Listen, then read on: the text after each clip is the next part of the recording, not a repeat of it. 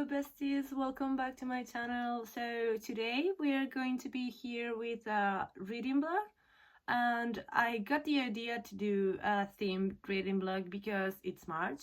Today is March 4th, I think. I will check that later, but yeah.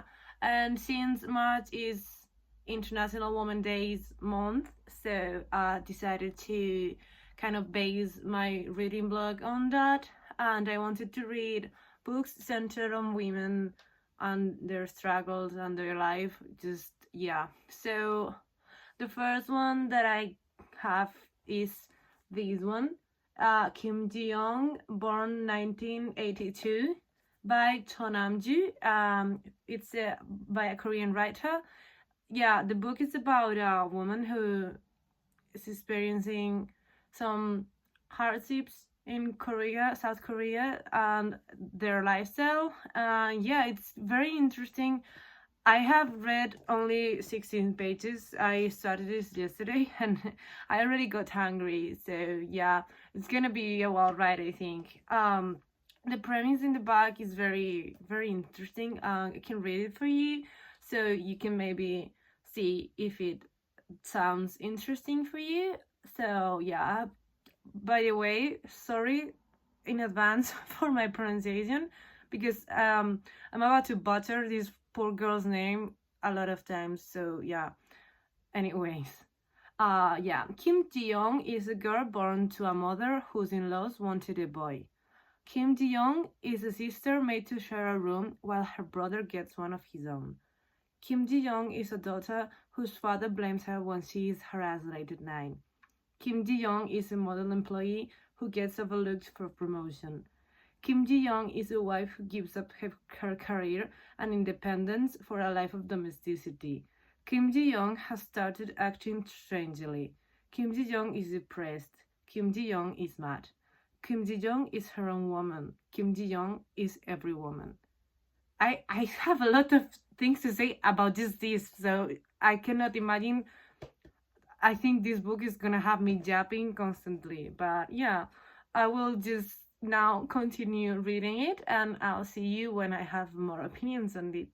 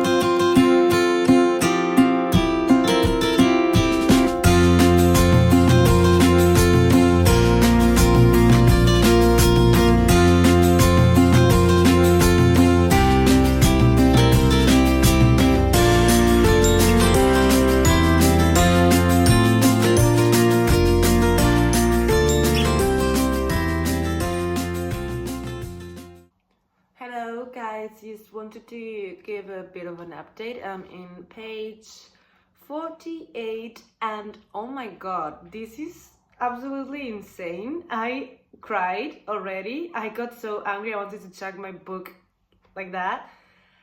It's insane. I'm really liking it so far and I'm feeling all the injustice, and yeah, I think this is quite a great book to bring awareness of the situation. And yeah, I'm quite liking it so far, so I will just catch you up on my final thoughts once I finish it. Good morning besties, it's been quite a few days since we've talked. I finished this yesterday and I'm gonna give it, well, I already gave it 4 stars because it was amazing. I was flabbergasted by the content. I got so angry. It made me frustrated. It made me want to scream, made me want to throw the book out the window. Not because it was bad, but because the content, it was, oh, I don't know. You have to read it. Yeah, it portrays the reality of the women, yeah, the women's problems in South Korea very well. And I only gave it 4 stars because the ending was just a bit confusing for me. Like, suddenly it stopped. I was like, oh, so it's over. But I really liked it. I enjoyed it. I think this should be a mandatory read. Just also mostly for men, just so they can understand how being a woman is still a problem in some countries, in most countries, and yeah, and how little reality has evolved. But yeah, I really, really, really enjoyed it, and I'm so happy that I gave a chance. Well, not a chance. I was already gonna read these books because it was appealing to me. But yeah. Anyways, now my next read is going to be, I think, Girl, Woman, Other by Bernardine Evaristo. I think I pronounced that right. Let me just grab the book really quickly.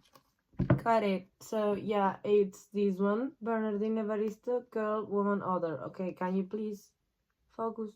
Hello. Okay, there we go. But yeah, I don't know much about this. I think it's the story about 12 women. I think they're women because it follows 12 very different characters on an intertwined journey of discovery. But I think it's women, all of them, because yeah, the book judges, the blurb says, passionate, razor-sharp, brimming with energy and humor, a must read about modern Britain and womanhood. Dazzling.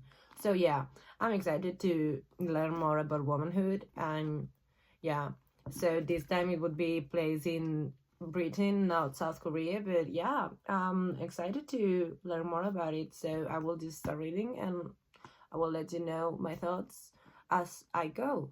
See you later.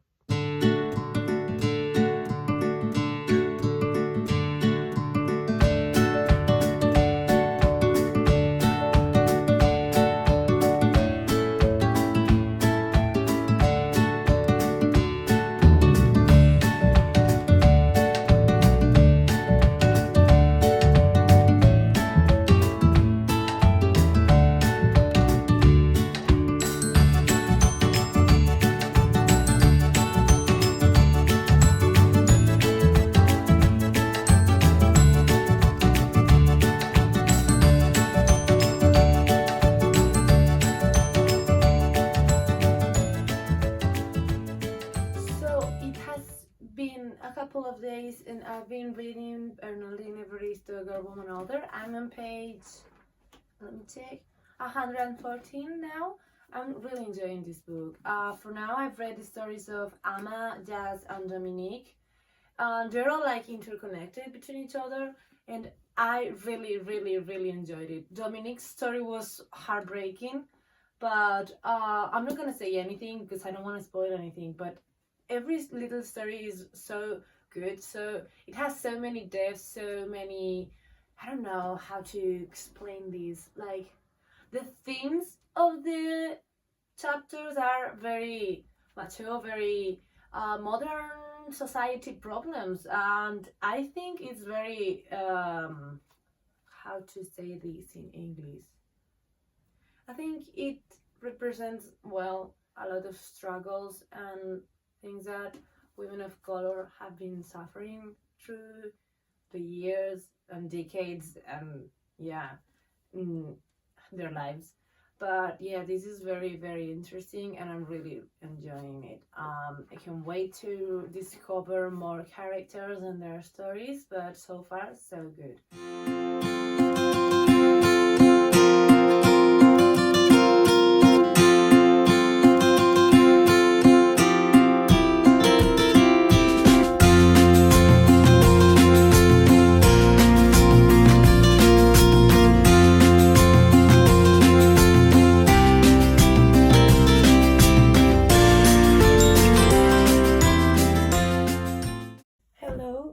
everyone. I'm embracing my Draco Malfoy aesthetic today. I just got out of the shower, and this is how my bangs will stay in place if I let them air dry. So yeah, that's why. Anyways, so I finished Girl, Woman, Other yesterday, and I gave it 3.5 stars. Okay, so my thoughts on this. I really liked it. I liked the content. Though at times I was lacking some context because it's very based on British politics and British laws and the political context in Britain from like the 90s, the 80s, the 70s, the 60s, yeah. And I'm lacking on that department, even though I'm a historian and I should know. But yeah, I forgot a lot of what I studied in university, so yeah, I'm so sorry, guys. But anyways, I like that, but yeah, it was sometimes hard to understand and like follow the story. There were 12 stories because they were like following 12 different characters, and my favorite ones I think was Penelope's and Hattie's. And there were some that I didn't really care for them, and the writing style was a bit hard to follow sometimes. There was like, it's all lowercase, it's separated into paragraphs, but sometimes I felt like it was very hard for me to engage with it and just be absorbed by it. Maybe it's because English is not my first language and I found it more difficult to follow. But anyways, overall I enjoyed it. It's a bit too political, but what do you expect when you treat themes like womanhood, sexism, racism? But yeah, I really like that. I think I would recommend this read for everyone because it educates you. I was very educated. I read about some things that I didn't know about, and it's just a great way to see into the lives of women of color and what have they went through in their lives in the last century, living in a white men world. Anyways, yeah. So this was going to be the end of the vlog. I only read 2 books, but it's already April. Okay, I know I'm late, but I wanted to do something for March, for International Women's Month. So yeah, I read this one, and this one I think was a 4 star. This is a 3.5. So I'm willing to say it was a very successful reading month. Yeah, because I read these within a month of each other, I think. Yeah, anyways, I enjoyed them. I learned about many issues and many womanhood themes, and yeah, I recommend for you to read them if you want to be more educated on that or just know more about these. But yeah, thank you so much for watching, and I hope I will see you in my next video. Thanks so much for being here. I appreciate you all. Goodbye.